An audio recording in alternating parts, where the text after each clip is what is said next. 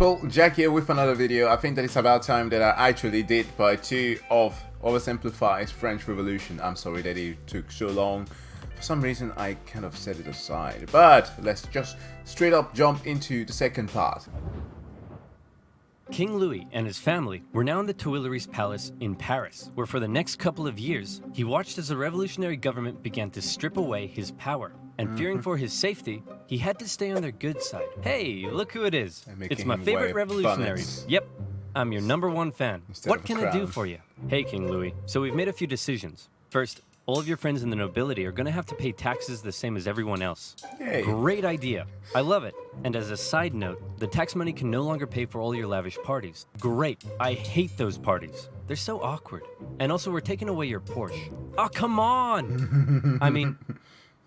Yay. Lambos next the king continually time. found demand after demand being made of him to prove his support for the revolution. On one occasion, a mob would invade the palace and demand he wear the revolutionary bonnet. Yay. This is the face of a man who is definitely pretending he wants to wear that bonnet. Now around here, I want to mention that one thing King Louis had a problem with was people constantly raiding his palace. But one thing he didn't have a problem with was raiding noobs on this video's sponsor, Raid Shadow Legends. Raid Shadow Oh my Legends is a brand god. new collection RPG game with amazing 3D graphics, Skip! an awesome storyline, and giant boss fights, all free to play on your phone.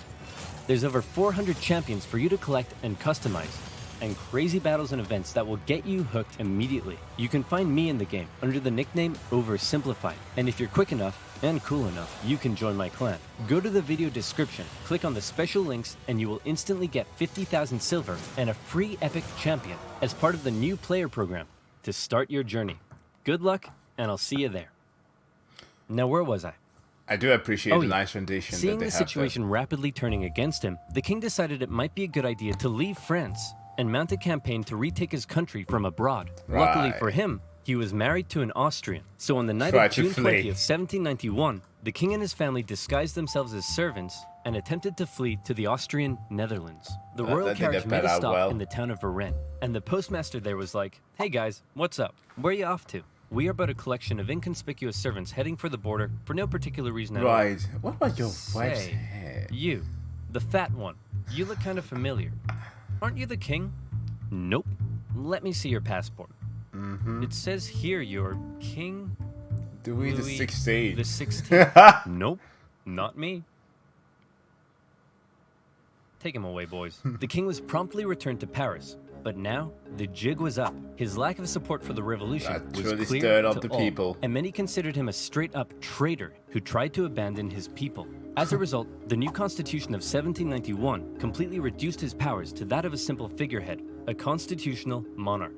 However, radicals, such as those in the Jacobin Club, were outraged that the king wasn't to be removed entirely. So a month later, these radicals staged a protest on the Champ de Mars, calling for the king's removal. The government of Paris feared an insurrection was mounting, and they sent the military to disperse the crowd. The confrontation escalated and resulted in the Revolutionary National Guard firing on a crowd of revolutionaries. It was a massacre. The incident exposed a deep division within the Brotherhood of the Revolution. On one side, the moderates who wanted to keep the king as a figurehead. On the other, radicals who wanted to see the king deposed and heads roll. In the wake of the massacre, these radicals received a wave of support. And speaking of rolling heads, one form of equality the revolution introduced was equality in execution. This meant no more torturous drawing and quartering, no more inhumane hanging. Yo. Oh my god. That's of course where you have Robespierre joining the party. As he got like overwhelmed with power. By the way, Robespierre was like 5 foot something. He wasn't really that tall, like in comparison to Napoleon, he was significantly shorter. Which may have contributed to that, like, small PP energy, like a chihuahua. Constantly barking at people when to assert his dominance or something. I don't know. That's why it's so important. I'm not saying that people should be stuck with, I don't know, like socialistic ways of views. That's not what I'm saying. I'm just saying that the distribution of power should always be watched for. This whole thing of, these people here who are, the thing of elitism that we had in part 1. That people are not just born deserving to have that title, right? And even when they receive it, you should still administer it, right? Make sure that it doesn't get overboard. Because some get drunken of that.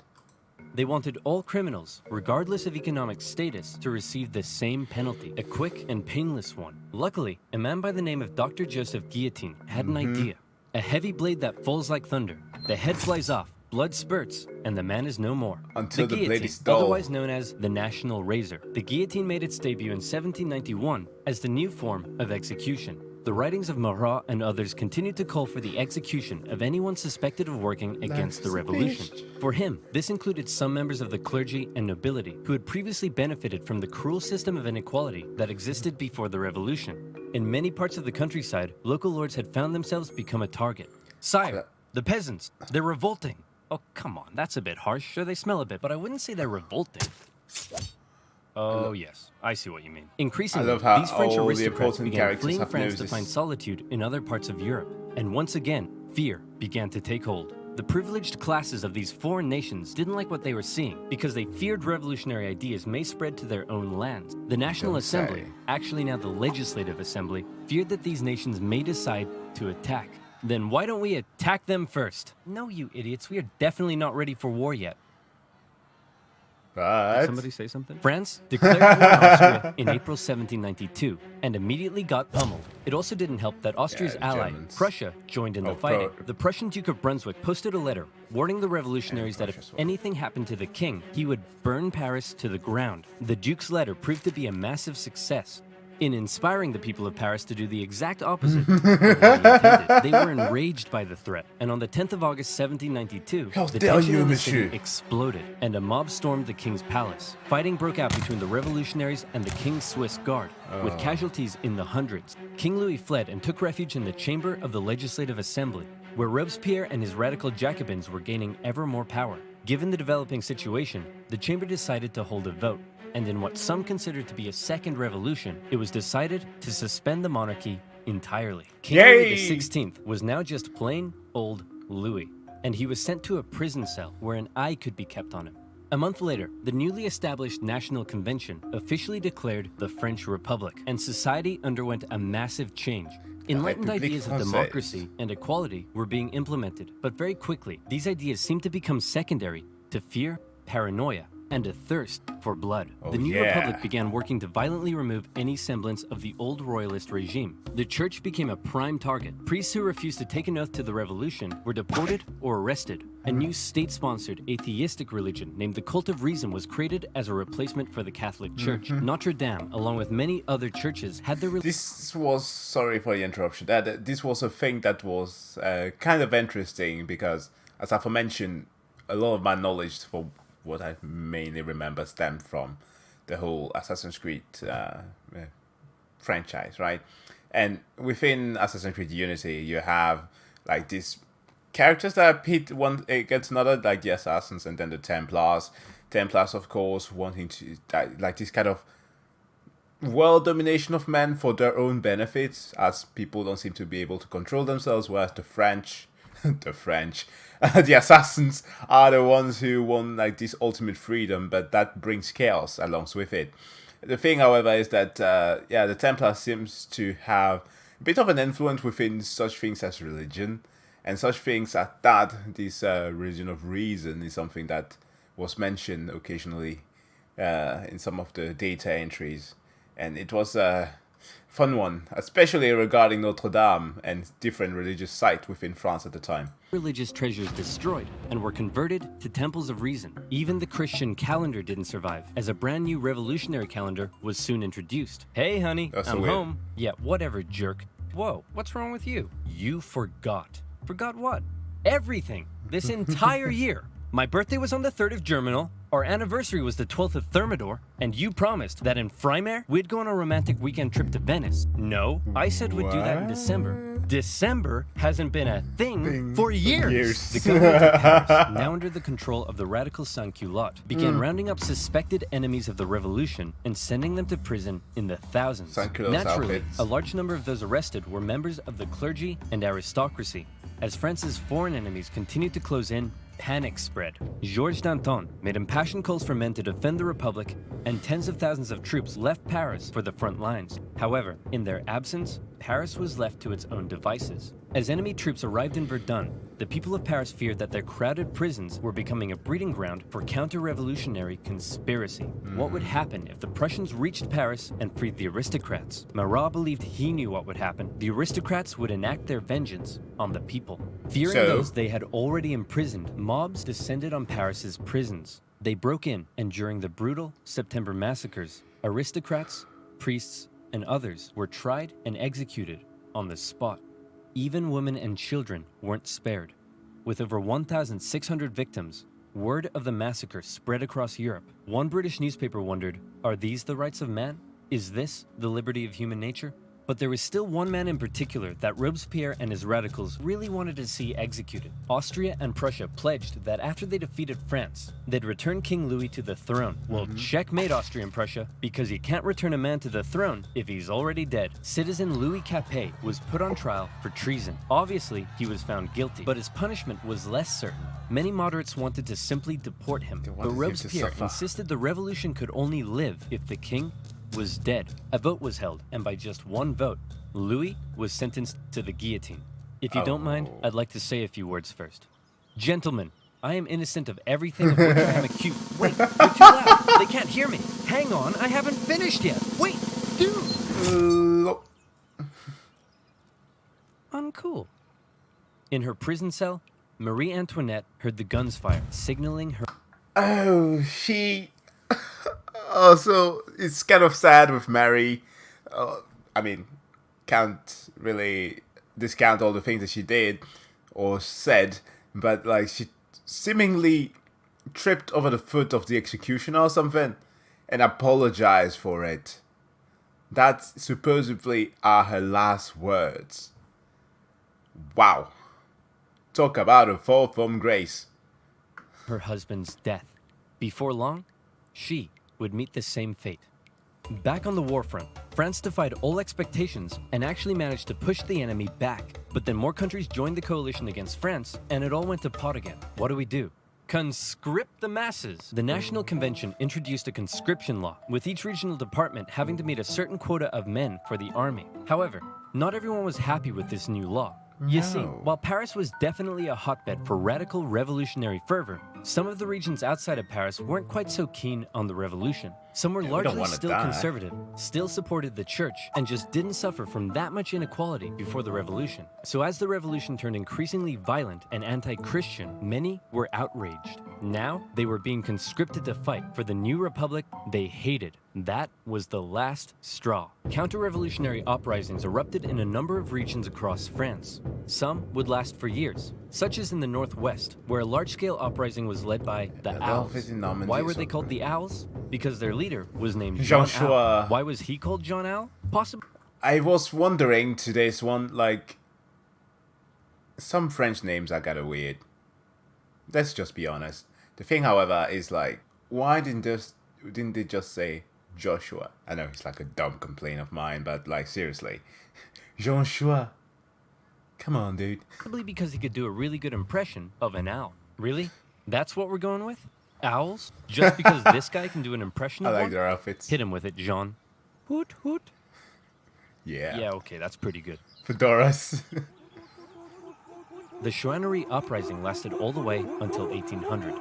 In the summer of 1793, the southern city of Toulon invited the British Navy over for some tea and crumpets, and then they asked if they'd possibly like to stay and occupy the city. Being an important naval base, this was a heavy blow to the Republic, who sent a relatively unknown young captain by the name of Napoleon Bonaparte to help stage a siege of the city. Toulon was recaptured by France in the winter, and for his service, Napoleon was promoted to the rank of brigadier general.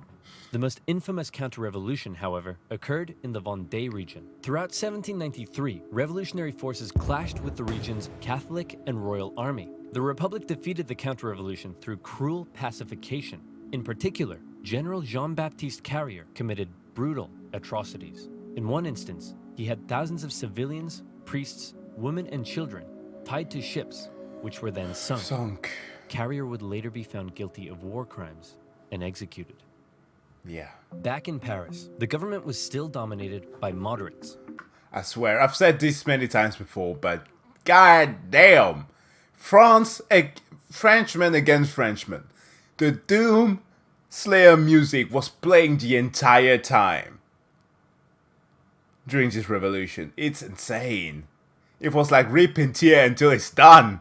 With the war going badly, revolts in the provinces, and the economy getting worse, it seemed the government just wasn't doing a very good job. Radicals' fear for the safety of the revolution intensified, and Marat even began calling for the moderates in the government to be executed.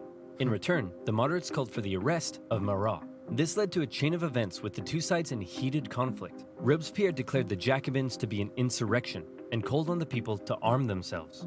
It all ended on the 31st of May 1793, with the National Convention surrounded by radical sans-culottes and 29 moderate Girondin politicians arrested.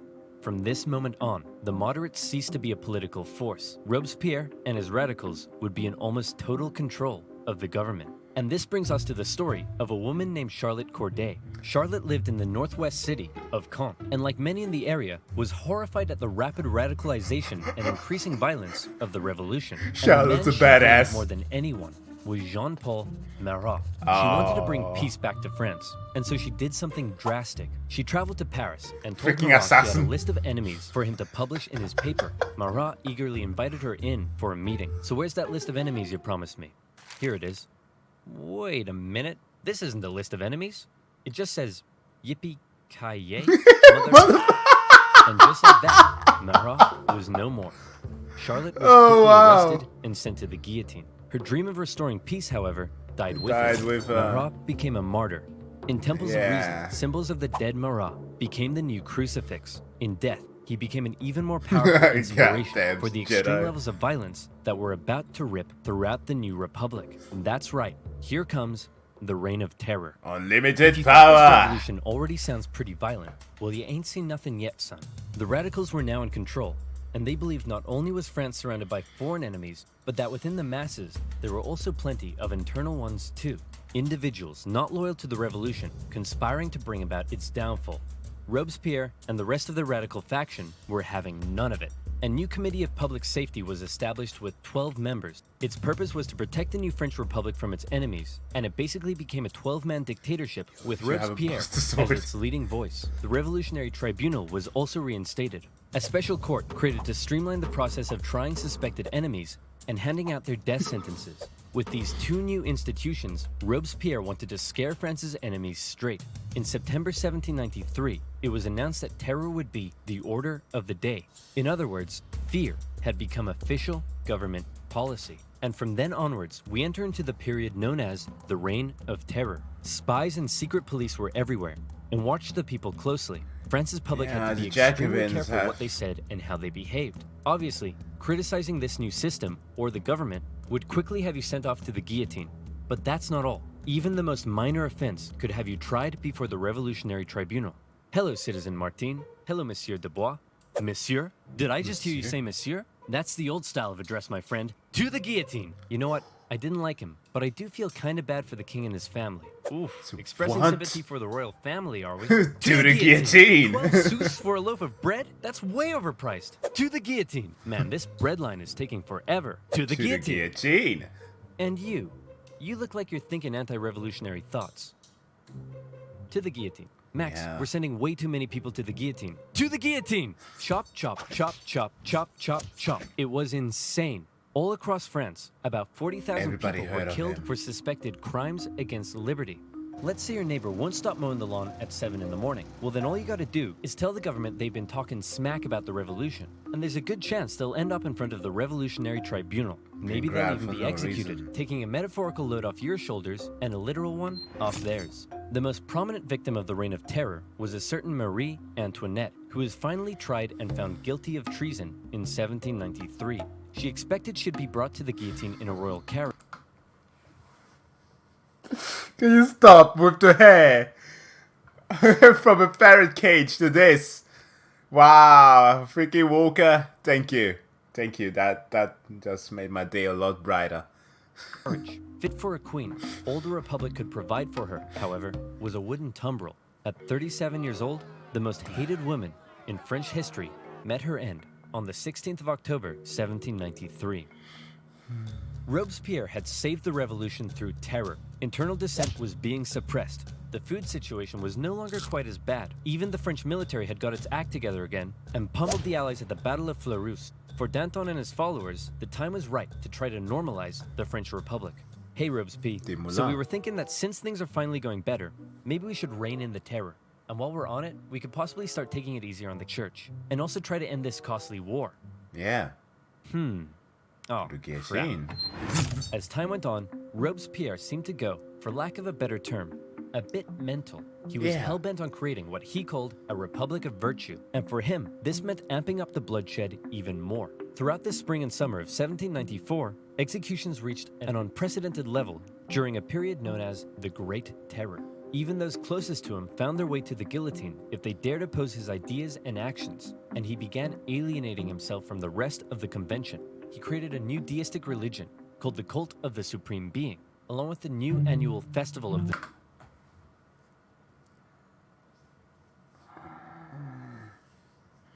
The thoughts of man.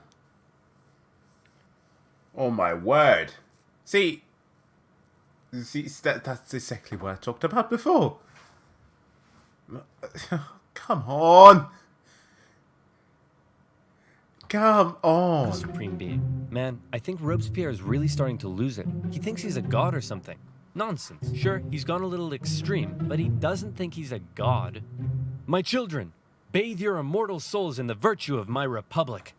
Okay, yeah, he's completely lost it. Robespierre's ultimate mistake, however, came on July 26th, when he made a speech to the National Convention, in which he said this: I have in my hand a brand new list of enemies to be sent to the guillotine, and many of you are on this list, but I'm not going to tell you who. Oh. What do you think of that?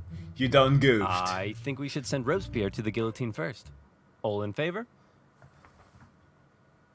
No. 2 days later, Robespierre became the final victim of the monstrous terror and paranoia he had created. Nice. Many historical accounts of the revolution end here with the death of Robespierre and his terror. But the revolution officially continued for another 5 years until 1799. So what happened between now and then? Well, after the fall of They need to Robespierre, change a more into a new moderate political century. group called the Thermidorians took control of the convention. They wanted to restore stability to the government. Now, Robespierre's allies and other radicals who had fueled the terror Jacobin. themselves became the target of political suppression. Bourgeois street fighters took on the radical sans-culottes in the streets during a period named the White Terror. In 1795, the Thermidorians drafted a new constitution and created a government called the Directory, with the purpose of preventing power from being able to fall into the hands of a single individual again. As this new government was being established, royalists who wanted to bring the monarchy back to France saw this moment as an opportunity to strike. They staged an insurrection in Paris and battled with the National Guard in the streets. Luckily, one Napoleon Bonaparte happened to be in Paris at the time, and he took control of the situation, firing on the crowd and putting down the insurrection. From this moment on, the people of Paris would never again be able to stage a popular uprising and lost their control over the revolution. For his actions, Napoleon became a general and was sent to take control of the French armies in Italy. The new Directory remained a fairly ineffective government for the remainder of the revolution. It was plagued with corruption and struggled to keep the economy afloat, and as a result, wasn't very popular Who would have thought? for the people of France. With the strict social customs of both royalist France and the terror gone, they didn't really know what to do with themselves. Men no longer removed their hats when talking to women. Different classes began intermingling, and a publication began circulating that looked a lot like a modern dating app. It was social anarchy. Outside of France, the war continued. In 1795, France took the Netherlands, where they set up a puppet state. Then they negotiated both Prussia and Spain out of the war. The British attempted to land French royalists in the west to reinforce rebellion, but that plan failed. In 1796, the French planned a three-pronged attack with the aim of marching on Vienna and knocking Austria out of the war. The two northern armies were defeated and forced to retreat. However, Napoleon in the south, with groundbreaking military strategy, won battle after battle after battle. He pushed the Austrians out of Italy and began closing in on Vienna. The Austrians freaked out, and Napoleon oversaw the signing of a peace treaty. He had almost single-handedly knocked Austria out of the war, and by the way, he was only 28. So maybe it's about time you moved out of your mom's basement. Napoleon became a famed hero among the French people, but his aspirations were still higher. He briefly went off to Egypt and discovered a bunch of gnarly Egyptians. This is where he went wrong. This is where he went wrong. He was like, yo, you know, I worship the thing that you used to worship. Hey, follow me. I'm just like you. Just went about and robbed and ransacked them. Ugh. The arse. But he did create some good stuff though, as mentioned. High schools is thanks to him. Stuff. But then the British destroyed his fleet and trapped his forces. Say, Napoleon, sir, you're not going to leave us here stuck in Egypt and return to France, are you? Nonsense, my boy. I would never dream of abandoning my loyal soldiers. Wow, what's that over there? On his return to Paris, Napoleon found himself to be extremely popular, and the government extremely unpopular, and he started getting some power-hungry ideas. Conveniently, a politician named Emmanuel Joseph Sieyès approached Napoleon and said, "Hey man, since you're so popular, do you want to help me stage a coup?" "Great idea. Let's stage a coup, and then I'll coup you." What? Napoleon, with the help of his politician brother, entered the government chamber, possibly got punched in the face, and finally his troops intimidated the council to dissolve the government and create a new constitution that basically made Napoleon a dictator. So there you have it, the French Revolution, born with the great promise of liberty and equality. The common people dared challenge an oppressive system that had existed for centuries. But before they knew it, they found liberty sidelined by terror, equality that possibly didn't quite hit the mark, and an absolute monarchy replaced by an absolute dictator. Napoleon began stabilizing French society. He restored the Catholic Church and got rid of that crazy calendar, among other things. But he remained ever ambitious. He was France's first consul, but he slept soundly at night dreaming of being something even bigger. Napoleon's expansionist aspirations, combined with the ongoing conflict in Europe, he just would eventually lead Denmark. the continent into a huge conflict, known today as Napoleonic War. Woo! Looking forward to this one!